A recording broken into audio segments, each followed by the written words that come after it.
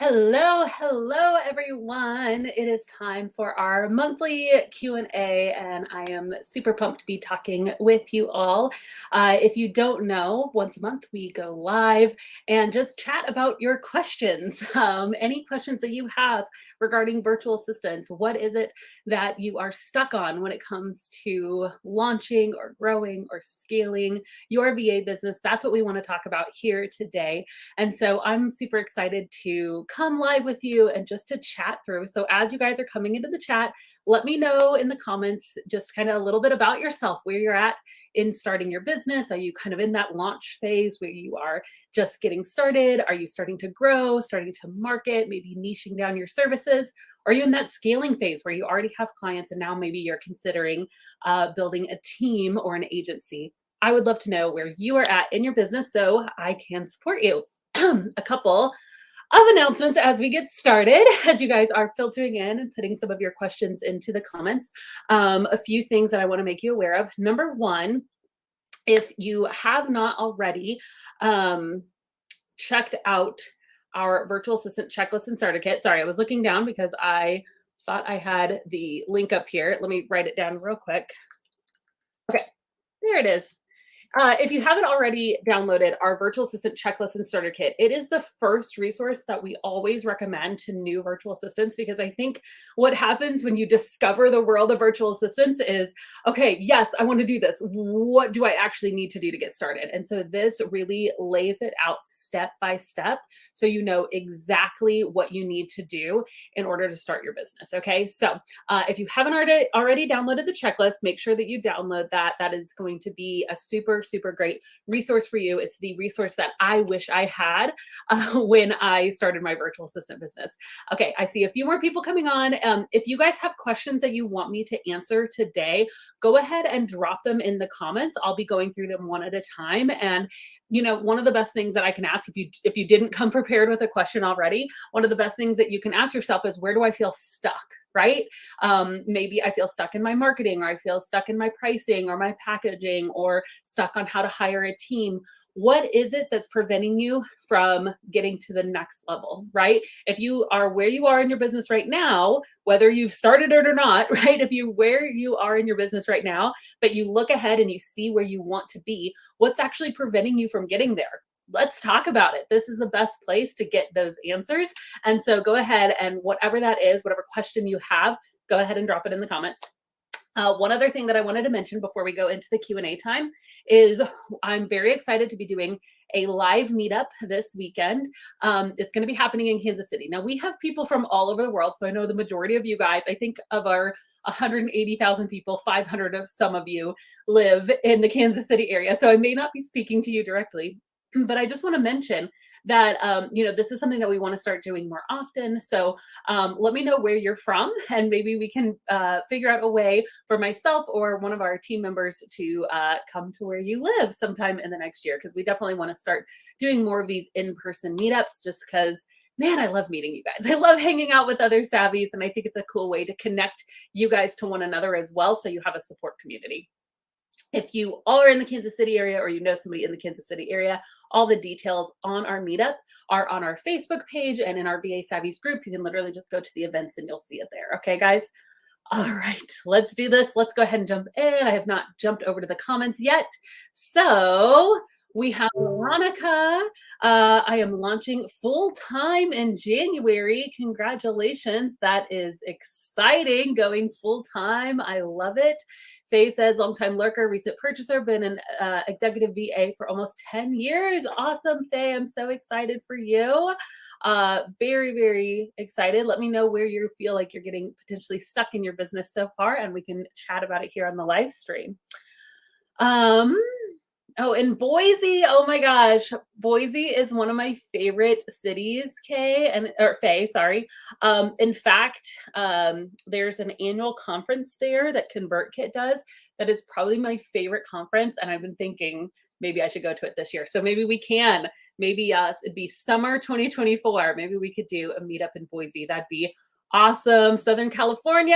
That'd be amazing, Carrie. So good. All right, let's go ahead and answer a few of the questions. Just keep dropping them in as I chat. Whatever, maybe one of the questions here will spark a question for you as well. All right. So we'll start with Faye. Faye says, I can't seem to get or keep consistent hour clients. I understand that, Faye, for sure. So let's chat a little bit about not just client acquisition, but the types of clients that I want you guys targeting. Okay. Because the type of the ideal client that I would want you looking for is one that is going to sign on for reoccurring hours. So the first thing when it comes to your pricing and your packaging, I do hope, Faye, that you have a reoccurring model in place, meaning that if somebody signs on with a package for you, that they are re-upping their hours, right, every single month. And so what we normally see that look like is you can have somebody sign a 3-month contract or a 6-month contract. That's definitely an option if you find that people are maybe not sticking around. I really like going month to month with like a 2-week notice is normally like on either end what I personally like, but every person's different. And but what I do want happening is that your hours are on a retainer model. So, right, people aren't having to like manually re-up every month, that you are just going to charge them automatically every month, and that they get a set that they get a certain set of hours. So let's say that you have a client that hires you for 20 hours a month, right? So it'd be about 5 hours a week. I think that's a great package to sell. If they only use 18 hours, make sure that those additional hours are not rolling over to the next month. That is one thing that I would recommend, right? So you get people on reoccurring packages and have them be use it or lose it, right? So you're constantly saying, hey, what other hours, what other tasks would you have me do? Connecting with them, whatever way. That could be a Monday meeting that you do with the person, or a Friday meeting. It could be, like have them by Friday end of day, let you know what you're working on the next week. That's one way to do it. Okay. So pricing and packaging, that's one area that you can kind of fine tune and say, okay, is there anything here that maybe I'm missing? The next would be your client target, because your client target is one that is going to recognize your need and be able to actually afford to keep paying you too. Because I find a lot of times, and you can let me know, Faye, in the comments if this is true. A lot of times when I hear people saying I can't seem to get or keep consistent hour clients, it's like, why? The question is, why are they dropping off? And if the question is maybe finances, or that they just don't have tasks for you, then I would really hone in and see, are you targeting the right people? Are you targeting a business owner that is advanced enough in their business that they do have enough tasks and enough finances to continue to fund paying you? Because I have found personally, when I work with really, really new startups, and this isn't always the case, so some of you guys love working with like brand new business owners, but I found in my business it was a lot more stressful because their finances were just a lot more unreliable, and they were sometimes a little bit more scattered, so they didn't always have consistent work to give me, right? And so that's where I find that getting like a really established business owner, and that may be that you have certain qualifications. Like, I only work with business owners who, produce this much revenue or have been in business this long. And you can start to decide on some of those pre-qualifiers that may help you find a better target audience, right? So and then the third component is just marketing itself. What are you actively doing? Is it that people aren't staying around? Or are we just not getting enough inflow? Because you will always have some turnover. So the third part I would look at, Faye, is actually your client acquisition model, right? What are you currently doing to get clients? And is that model working? And if it's not, how can we refine it or shift it? I see a lot of times VAs are trying to do a lot of different types of marketing and not doing any of it super, super well. So we always go with the essentialism model of how could we do less, but do it really, really well, right? So if you say, I'm going to go all in on LinkedIn, or I'm going to go all in on Facebook groups, I'm going to go all in on local networking, how can you do that 110%? How can you learn everything there is to know about how to get clients on LinkedIn and just rock it, right? Instead of trying to be 100 different places. So again, without knowing your specific situation or where your hurdle is, it's hard for me to give that advice. But those are some of the most common reasons, I would say, kind of your pricing packaging model, your ideal client, or your marketing strategy are some of the most consistent reasons why I see people have this problem. So I hope that that was helpful. All righty. What else? Let's keep going. Oh, we have Sonia from New York too. I'd love to do a meetup in New York soon. I'll answer this one because it's really quick. I want to get started, but I don't know where to start. That's exactly what I mentioned earlier. I think the very best place to get started is this virtual assistant checklist and starter kit. Okay, so go ahead and download that. And right after you download the checklist, it will also give you the opportunity to watch a free 60-minute training. And that's going to go into all some more details about pricing and packaging and marketing. So that's just a really, really helpful resource for you. Okay. I wanted to answer that one because it was super fast. Let's keep going here. This is so great. This is such a good question. I'm currently an admin assistant. How can I rather transfer my skills and experience virtually? I mean, honestly, if you have, I find this all the time when I'm talking to people who have just learned about virtual assistants. They're like, oh, I just don't know if I have the skills. And I'm like, okay, so what have you been doing previously? Tell me about your work experience. And then they go on to list usually like so many things that I'm like, yes, yes, yes, yes, you could do this. So think about it this way. Any type of service that would be beneficial to a small business owner that you could do remotely literally could fall under that virtual assistant umbrella, right? So don't feel like you have to learn a whole new set of skills. You don't have to have a ton of advanced skills to help small business owners. Usually the very first type of tasks that business owners are handing off are those admin tasks, are the things that like aren't really, they just need to get them off their plate because it's not their highest value. They can continue to do them. It's not like they're difficult tasks. It's just that they're time consuming. And so what some of us think is just like a really low level task, like data entry or, paying invoices or answering customer service emails. We might think like, oh, that's a lower level task. Do you realize how much of a time saver it is when you take that off of a small business owner's plate? Also, I don't even like classifying those as lower level tasks because we have seen the difference that having amazing customer service makes, right? Like we keep a happiness score on our emails, and Emily, if you've ever interacted in our inbox, Emily and Alex are usually the ones that are in there, and they like bust it to always get those 100% happiness scores, right? Because it makes a difference how clients interact with us. And so if you're not responding to an email till days or weeks later, that does have a reflection on business. So don't think that something that because it's simple, or it's maybe more of an admin task, that it's still not a huge benefit to the business owner. Okay. So you can go through and you can see what are the skills that we have on our blog. We have a list of 101 skills you can offer as a virtual assistant. You don't need to offer them all, but go through that list.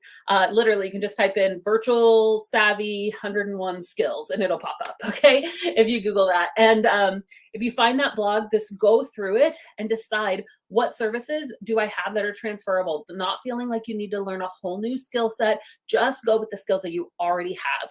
That is one of my biggest pieces of advice is don't wait. Start with the skills that you already have, okay? I promise they are already beneficial to a new business owner. Let's see here. Let me go back to put that on our, okay.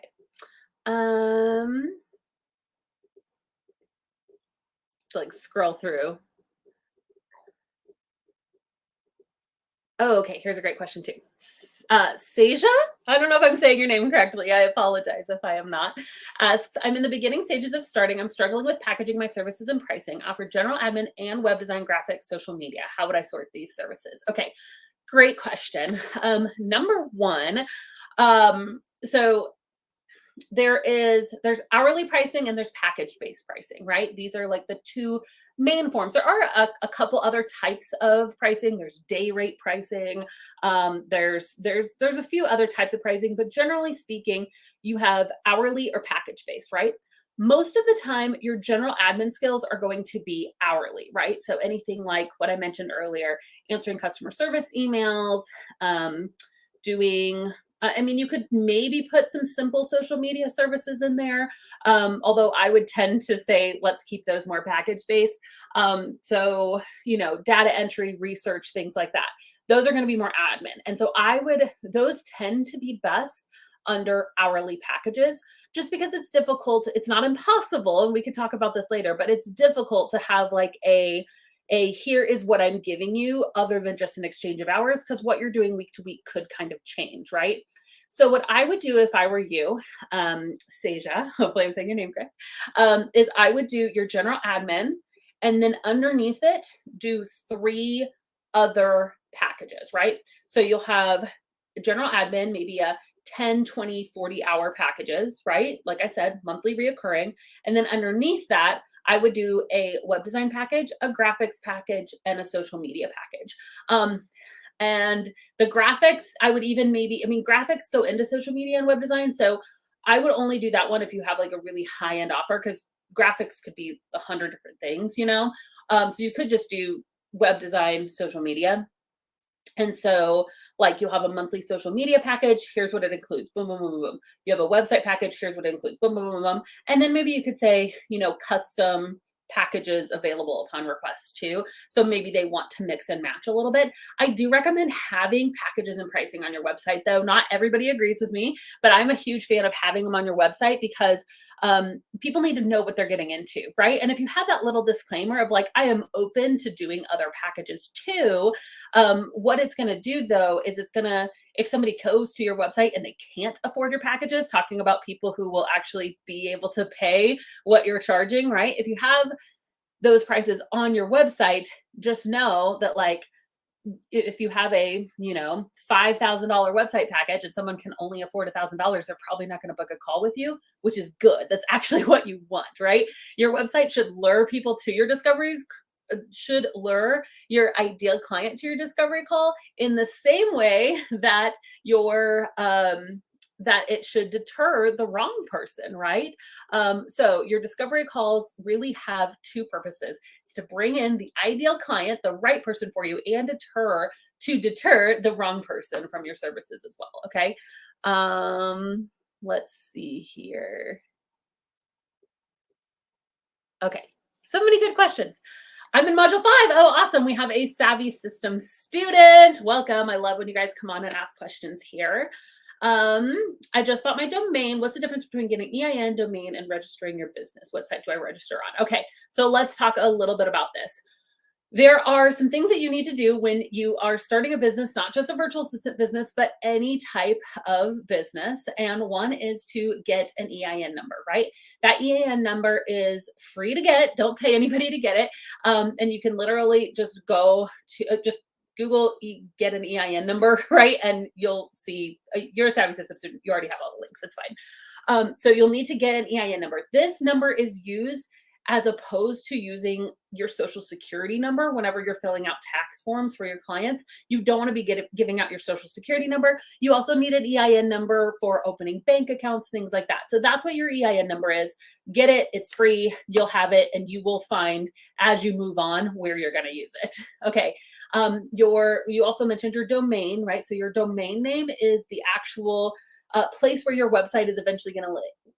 Your domain name is the place where your website is eventually going to live. So the virtualsavvy.com, you go there, that's where our website lives. I will say this, you don't have to have a website when you're first getting started as a virtual assistant. One of the things that we teach is to have a very high value portfolio, but you can even take your domain name and have it link to a PDF of your portfolio if you're still working on getting a website. So that's one little hack that you can do if you don't have a website yet. You can also have your domain name just direct to your Facebook page until you're ready to build a website.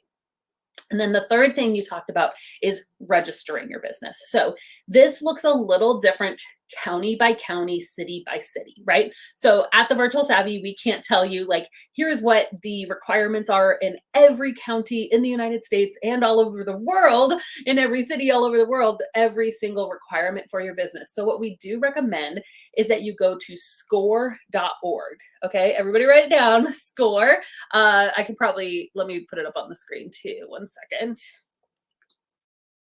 Okay.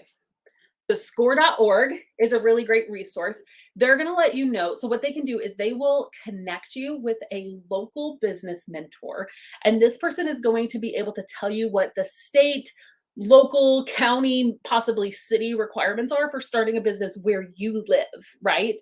And so while we can teach you, here's how you price and package your services, here are the general rules for how to set up your taxes, things like that. They're going to let you know, hey, actually, this county requires you to have this license, or this county requires you to register your business here, right? That's going to be that's going to be individualized to where you live. So I would go to score.org and just find out, what do I actually need to start a home-based business where I live? Now, they're not going to know very much about virtual assistants, so you might have to educate them on what that is. I have found that quite a few times. So this is not a end-all resource for how to start a business, how to market, how to grow it. That's not what this is. The best way that you can utilize score.org is to actually ask them what the local county requirements are for starting a home-based service business where you live. Okay, so that is what I would recommend when it comes to that. I hope that that helped you out. Oh, we're getting so many good questions. Okay, this is a good question. Ava asks, I launched my VA business this past January. I love the job opportunities that are posted in the group. Sometimes it feels like the jobs have already been taken when I look. What other platforms would you suggest to look at for potential clients? Also on my Instagram page, I'm not sure what to post to market myself. Okay. Oh, we're going to talk about marketing. I love talking about marketing. I feel my camera's getting a little blurry too. Okay. I absolutely love talking about marketing. It's one of my favorite things to talk about. So thank you for asking this question. Yes, the job opportunities that are posted inside of our Savvies groups are wonderful opportunities. I will say though, you're competing against a lot of people, especially the jobs that are posted inside of our big group. So it should not be your only marketing strategy. Okay. We offer that as a free resource to you guys. People come to us all the time saying, hey, I'd love to hire a Savvy. So we, allow job postings in our group. But what we want to teach you guys is how to go out and get clients for it yourself. And so there's two types of marketing. There's active marketing and there's passive marketing. I believe that passive marketing is kind of throwing out content and hoping that somebody's going to latch onto it and pursue you, right? When you're first starting in your business, you need to be more focused on active marketing. Active marketing is actually going out and finding your ideal client, starting up a conversation, getting in the DMs, having a coffee chat, going to a networking meeting, following up, sending proposals. That's active marketing, okay? It's dirtier, it's more difficult, it's like in the weeds, but it's what it takes to kind of get that marketing ball rolling. Don't worry, once you are further along in your business, you're gonna have clients coming to you. Most VAs who have been in business for 5, 10, 15 years have referrals coming in, right? Because once you do great work for clients, the word begins to spread and people want more of what you have, right? But it is difficult in the beginning because nobody knows. So have you announced your business on your personal Facebook pages? Have you talked to business owners that you know? You probably already know one small business owner. Have you talked to them yet? Have you let all your friends and family know, hey, I'm starting this business, so they can love you and support you and send potential clients your way? Have you looked up local networking meetings, right? Or have you figured out a way to actually start having engagement conversations on some of these social media platforms? I don't recommend in the beginning. Now, later on, yes, I do recommend doing like having a social media strategy and all of that. But most of your effort when you're first starting your business doesn't need to be growing a following or posting to your Facebook or Instagram 3 times a week. It needs to be having connections, right? Really, like I would rather you have 5 one-on-one calls throughout the week than post 50 pieces of content on your social media. Because if you're just really connecting with people, that's going to be the difference maker between you actually getting clients and just kind of throwing out content, hoping that people latch onto it. Okay. Awesome question. Ooh, yeah, this one's tough. I totally get this. Miranda from Knoxville says, I can't seem to get traction and sustaining energy in building clients as a tech VA while working a 9-to-5, taking care of my family. So this is a really good question because I know that a lot of you guys are in a 9-to-5 and we get this question a lot of like, how do I do both? Like, and how do because I don't think this is what you want forever, right? You don't want to work a 40-hour a week job and work 10, 20 hours for clients while I think I saw a kid in that, but while you're raising a family, right? Like that's not what nobody wants to be working 60 hours a week. That is not the goal. That's not the freedom life. So that's not what we're doing here. So what you need is a very specific plan and very specific goals of how you are going to leave your 9 to 5. Because I'm guessing that's your goal, right? If it's not, then you need to reevaluate, right? Like if you just want to make side income while you're working a 9 to 5, I wouldn't actually even do hourly. If you're a tech VA, I would just have like a one time, like really expensive offer, maybe do a day rate. And you're like, hey, I work 2 Saturdays a week and I make $5,000 because I do this one intensive package for somebody, right? Like something really high end, or I do one website a month that takes me, all month to do, but I outsource somebody some of it, but it's $7,000 and that's extra money for my income. Those are ways that you can do a 9 to 5 and make some side income. But if you're like, I want to leave my 9 to 5 so that I can do this full time, you need a plan on how you're going to get there. What I would recommend when I talk to most people who are leaving their 9 to 5 or have a desire to leave their 9 to 5 is I ask them, what's going to be the flip the switch moment for you? And it's different for every single person because it really relies on your personal circumstance, right? How reliant is your family on your income? How reliant is your family on do you have additional benefits like health insurance, things like that? So what normally we'll start doing is I will recommend that you start building an emergency fund. So any of the money that you're making right now with your tech VA services, if at all possible, you need to be dumping most of that into a savings account that you are not touching, right? And if that is if you're like I need this money also, then we can talk about personal budgeting. And is there anything you can move there so that as much of your money can be going in some kind of a personal emergency fund, right? Because most likely the moment where you're able to quit your job probably won't be when you have 40-hour client work, because 40 hours of client work while working a full-time job and having a family, that's really overwhelming. But maybe you say, okay, I want 15 hours of reoccurring client work, and I know that's going to be a lot, and I know it's going to be overwhelming, but they need to be paying this rate.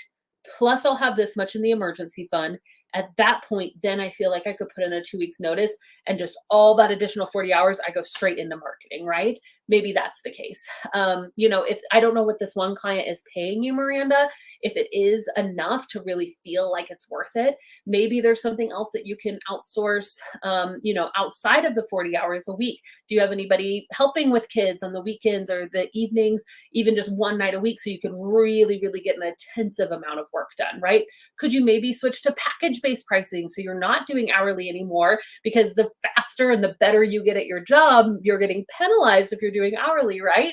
And so if you could maybe come up with some package-based pricing and transition this client to doing a package of what you're doing for the same amount, but maybe you could figure out how to work less while still making the same amount. So I know I just provided a lot of different options for you, and it really depends on what your circumstance is. But the biggest thing when you're going to be transitioning from that 9 to 5 to doing a VA full time is having a specific plan. Okay, by September of next year, I want to have $15,000 in an emergency fund. I want to have $2,000 in reoccurring client income, and I want to have a plan for how my family is going to do health insurance. Okay. What that was a smart goal, right? It is specific, it is measurable, it's attainable. It is, oh, now I'm going to forget. It's something and it's time bound. What was the R? Do you guys remember?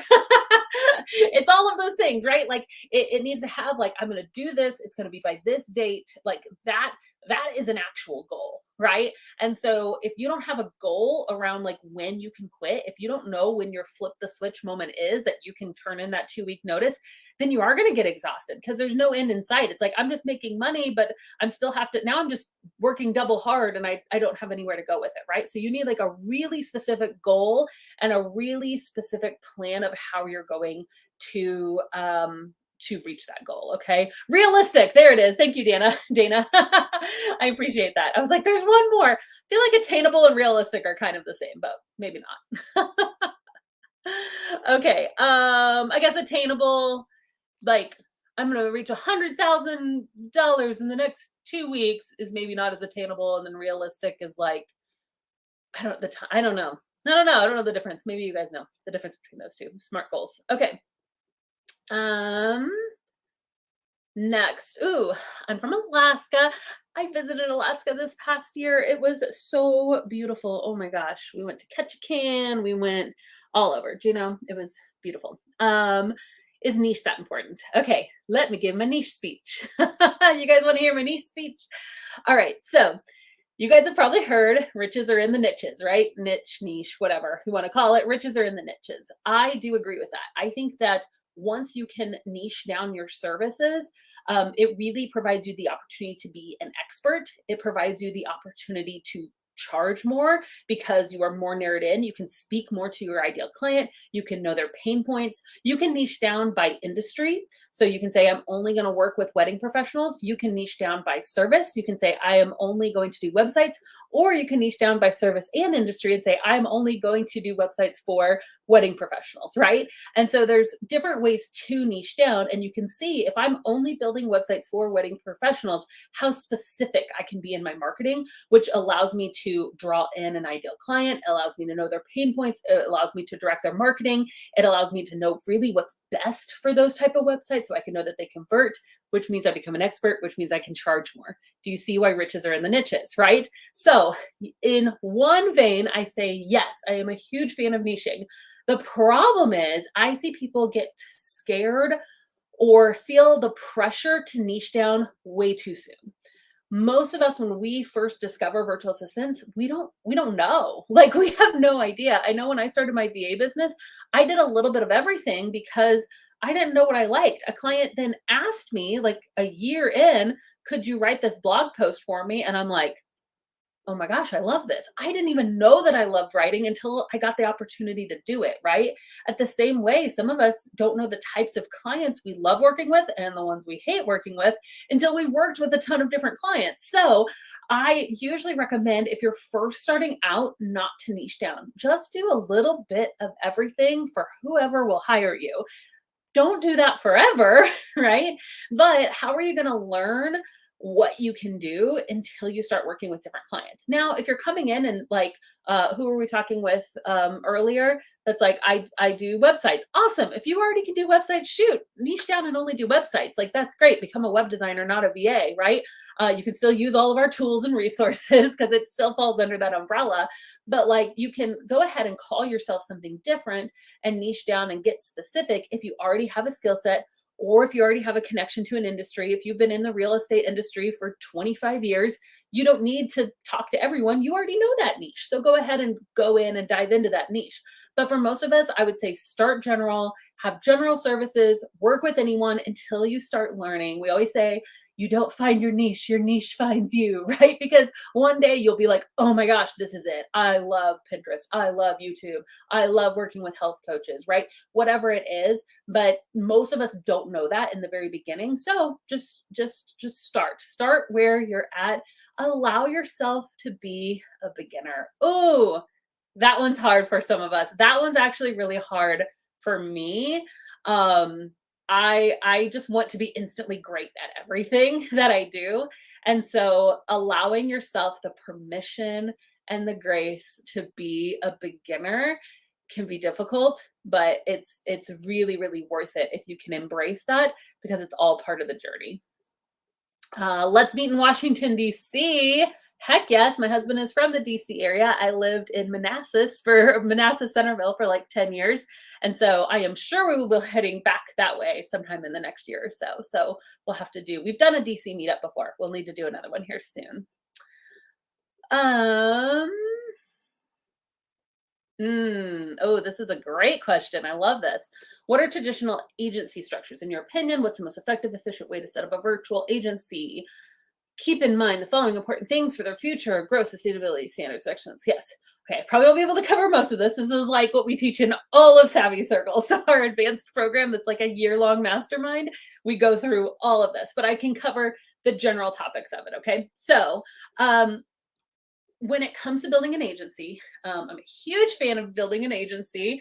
I love having a team. I think that when we talk about the freedom life, like if you haven't considered someday having a team, I would really open yourself up to the possibility because it literally allows you to make money while you're not working when you have a team. Like you are multiplying yourself, and in some way, you will always be limited if it's only you in your business, right? So when it comes to building an agency, there's one of two ways that I've seen it done most of the time. And I'm not saying these are the only two ways, but these are generally what I see happen is that usually you have like a very specific service that you do. Again, you niche down by a very specific, and maybe it's like a high ticket offer. So we build websites, or we are a Pinterest agency, right? And again, you can niche down even further. We're a Pinterest agency for food bloggers. Great. And so you will have kind of your productized service of, all right, 90% of what we do is productized. So it means we have systems and processes, and then we take 10% and we customize it to your business. But what's beautiful about that model is that you are able to just kind of wash, rinse, repeat the same thing for every client, get them amazing results. And it's super transferable to a team because it's like, you do the copywriting, you do the QA, you do the graphics, right? Boom, we have a system, and then we deliver the end product to the client, and we're customizing it just to their brand or their colors, but we have our own system, right? And so a high ticket offer is one way that you can build an agency. Again, Pinterest management, podcast editing, any kind of high ticket, high end service or specialized niche service can be built into an agency. On the other end, we have the agency model where this is like, I'm blanking on the name of it. Anyways, so there are multiple agencies out there that are just virtual assistant agencies, right? And we have several students in our Savvy Circle program who have done this, where it's like we're not niching down to just one service. We are general VAs, but we're building teams. So essentially, there's a couple different ways you can do it, where like people will come in and they will give you the work, and then you disperse it out to your different VAs, and you do a lot of different services. Some of it, it's just connecting. Like literally, I am the person that connects you to this VA, and then you get this VA, and you get this VA, and so you can kind of manage the projects that way and have systems for how you're keeping track of the work that they're doing. So again, you can be the pass through where people have to go through you, and then you only interact with the clients, or you can actually connect your VA subcontractors to the clients themselves. Okay. And that type of agency is one where you don't necessarily have to just niche down to one product or service. You can continue to do general services, but you can say, here's my copywriting team, here's my web design team, here's my general admin team, etc., and still offer a lot of services. So a couple of different ways to niche down. When it comes to finances for building an agency, if you're first starting out, what I normally recommend is that you have, and that your prices are high enough that you can afford to spend around 20 or 30% on paying your subcontractors, right? So what that looks like is, if I am a copywriter and I'm charging my clients $60 an hour, I'm probably going to want to be paying, $15, $20 an hour to my subcontractors. Again, get the work from them. I pass it on to my clients, etc. And so that is not a hard and fast rule, and I know some of you guys do package-based pricing. So it's like, you just want enough profit at the end of the day, right? And so I really like reserving 20 to 30% for like team, how much it's going to take for your team to actually function. Sometimes that goes a little bit higher. I know that our team expense goes sometimes into like the 35% range at the Virtual Savvy. So around that 35, sometimes like 20 up to 30, and again, ours goes up to 35 sometimes. That's what you want to reserve for team. So that way you have the other 70% to use for systems, operating expenses, training, education, and profit. And off of the profit, you're paying taxes too, right? And so you just have to have enough margin, is what I'm saying at the end of the day. If you're charging $30 an hour for your services, you don't want to be paying a subcontractor $20, $25 an hour. You're not going to have enough at the end of the day to make it worth it. So you just have to run the numbers depending on what type of agency you plan to actually create. Faye, I charge weekly. Yes, convert your packages to monthly. 100%. I would recommend that. You are Every time you're charging weekly, you're giving that person another opportunity to re-examine whether they should continue their services with you. And things change week to week. There might be one week where I'm like, oh, I didn't really use this. And the next week, oh my gosh, I used it a ton. So I feel like connecting week to week with your clients to get a game plan is great. But I 100% think that monthly packages are the way to go.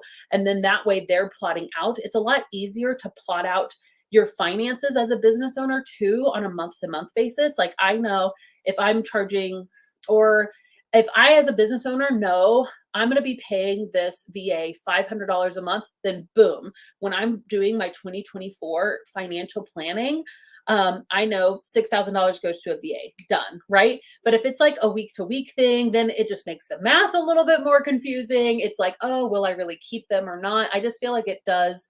I feel like it honestly devalues what you're bringing to the table. So, and I'll say this too, guys. I mean, this is the time people are really evaluating their plan for next year. Like, I know that people are looking at next year, and like, this is kind of the time where it's like, all right, well, we know we're going to want a VA. We know that's like, this is the time. So get out there and start talking to clients for sure. This is a great, great time to be getting your in with potential clients. Ooh, I love this. I love this. This is a great question. I'm just starting out as a VA. I want to target life coaches, event planners. How do I package my services to cater to them? So, what I would recommend is, so I am not a life coach and I am not an event planner. So, what I would recommend is that you get on the phone with some life coaches and event planners. Now, those are two different targets. I will note that. I don't know many people who are both. So what I would probably recommend before you niche down is to schedule 4 or 5 market research meetings. These are not discovery calls. You're not trying to sell them your services, although they may end up hiring you eventually, right? You just want to start talking to some people who are your ideal clients. So talk to some life coaches, talk to some event planners, and out of those conversations, you may actually discover that you want to go with one versus the other, but let them tell you. Literally, guys, this is, hold on, let me take this down.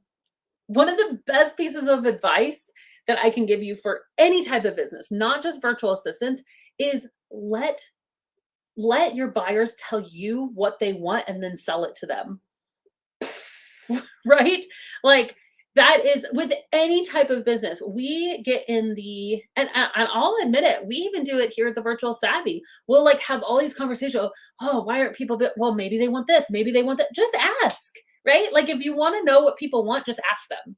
And so what I was actually talking to a friend this past weekend at church, and she and I were talking about her organizing business, and she's thinking about switching from doing organizing to doing more like personal errands and home budgeting for like high net worth earners in like our local area, right?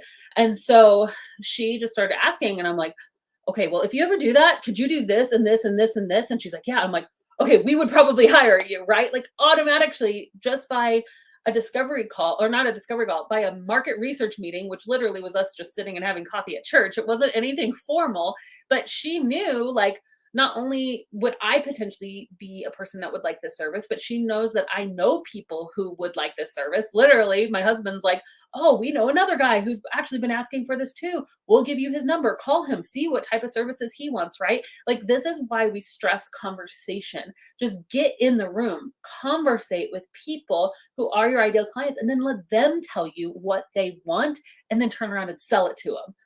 It's the best way to build a business, because we focus too much. Now, I will say this, okay, there is a balance, because I know, like, if a client absolutely is telling you something and you're like, I would hate doing that, then don't do it, right? Like, don't sell your soul to like doing work that you hate. That's why you're getting out of your 9 to 5.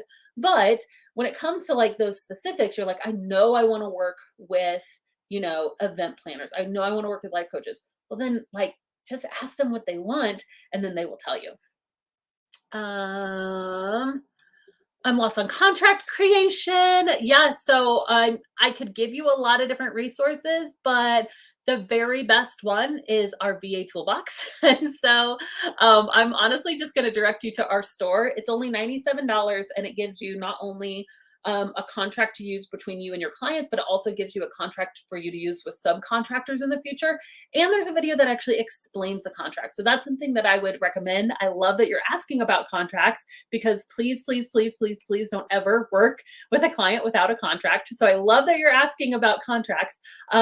But also I think it's really important that you understand your contract, right? Know what it means. Know like what you're signing your name to. And so that's one of the things I really like about our contracts, is that it's not just the contract, but it actually explains what you need. Oh, I love this. Amanda says, I highly recommend SCORE. They were so helpful. That makes me happy, Amanda. I've been recommending SCORE to people for years. So it's good for me to hear every once in a while that they're still an incredible resource. So that makes me super happy. Let's see here. Is it important to run a YouTube channel as a virtual assistant? No, please don't run a YouTube channel as a virtual assistant. Again, like when you're first starting out, so I've been in business since 2015, and my main focus now is training VAs. Okay. So like when it comes to client acquisition, it is one-on-one. You should not focus at the very beginning on building a big audience. That means don't try to start a podcast. Don't do a YouTube channel. Don't try to get a huge Instagram following. Get clients. Most VAs can sell out their services with 4 to 7 clients. So you don't need hundreds of followers. You don't need thousands of people subscribing to you. You need 4 yeses. Okay, 4.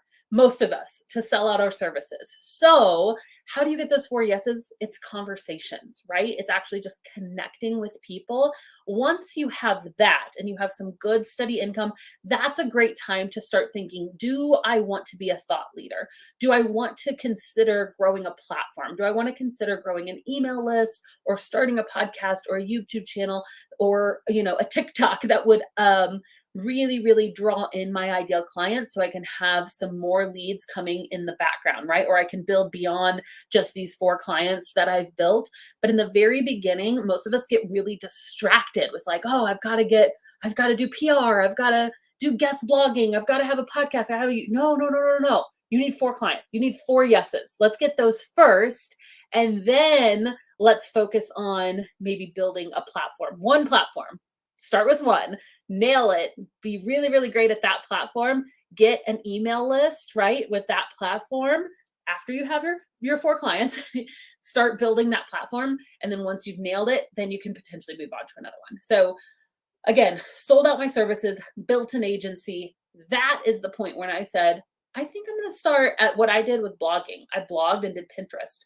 I did that for like a year, grew an email list of 10,000 people. And then I was like, okay, now I think I'm gonna start a Facebook group. Then I did a Facebook group. Then it was years later that I started a YouTube channel, right? So if you guys haven't read the book Essentialism, just zone in, do one thing really, really well. If you do not have virtual assistant clients, your only focus, you guys need to be like, the only thing that you need to be focusing on is real life connections of getting those 4 to 7 clients to sell out your services, replace your income. That's all you need to focus on. Then we're going to focus on something different, right? And we're going to zero in on that. And then we're going to zero in on potentially building a platform, right? But if you get focused and feel the pressure that you have to do all those things right now, that's when we get distracted and end up just not going anywhere, right? So yeah. All right, what else?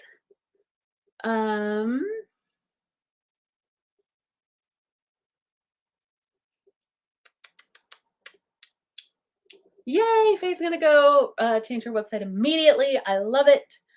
And you can talk to your current client too about switching to monthly. Maybe, you know, I don't want you to like say I have to switch to monthly and then you lose like your one. I think, did you say you only have one? So like that's the thing too. Like if you only have 1 or 2 clients to go and like switch everything right away, I usually say I'll bring in new people at that new way of doing things, and then introduce like the new system to your current people, or new pricing to your current people. What kind of agreement contract? So I mentioned this earlier. Definitely go to our store. We have a contract that is awesome. It was built by my friend and attorney, Danielle Liss, who We've been using this contract with her for years and years and years and years. She created it specifically for our audience, specifically for VAs. It's $97 in our store, and it is well worth the price. So that is what I would recommend as far as a contract goes. Ooh, this is good. We hired new snow removal service. In conversation, I learned he needs making reels from the video. Yeah, conversations, guys. And that's what's so cool is that what we always tell people is start with your friends and family, not because your friends and family are necessarily business owners, right? Like most of you guys, your friends and family aren't business owners. Most of my friends and family aren't business owners. However, what's awesome about telling people is that you probably do know one small business owner, right? Somebody who's snow removal, a contractor, a painter, a health coach. You probably know one person that's a small business owner. And just like one person that's a small business owner, everyone likely knows one person who's a small business owner. So literally just by telling your inner circle, the people who love you, who want to talk about you, who support you, even if it's just 2 or 3 people, right? You tell somebody what you're doing, immediately your network grows, right? Immediately you're going to be top of mind when that snow removal person comes to your house and says, oh, actually, I need some social media help. If they're coming to you, great, I can help you. But if they're coming to your friends and family, they say, I know someone. I actually know someone who does this, right? And that's the beauty of just letting people I know that it's scary. We get so nervous to announce to the world. I know that I have always been a serial entrepreneur. So for me, one of the scariest things in telling friends and family was like, oh, they're just going to think this is just another thing, right? Like, oh, there's something else Abby's trying. And then 2 months later, she's going to be done with it and on to something else. Cause that's what I did for years and years and years.